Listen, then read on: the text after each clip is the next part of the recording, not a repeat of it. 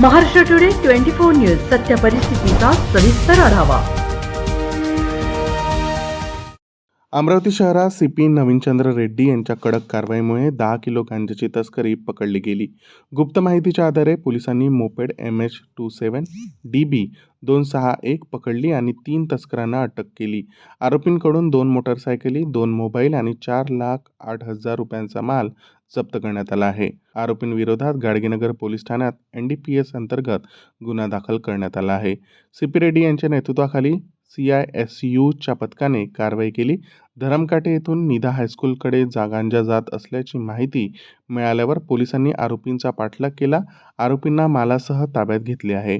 अटक करण्यात आलेला आरोपी शेख समीर शेख अतिक याचा भाऊ MPDS अंतर्गत तुरुंगात आहे आणि त्यावर अनेक गंभीर गुन्हे दाखल आहेत.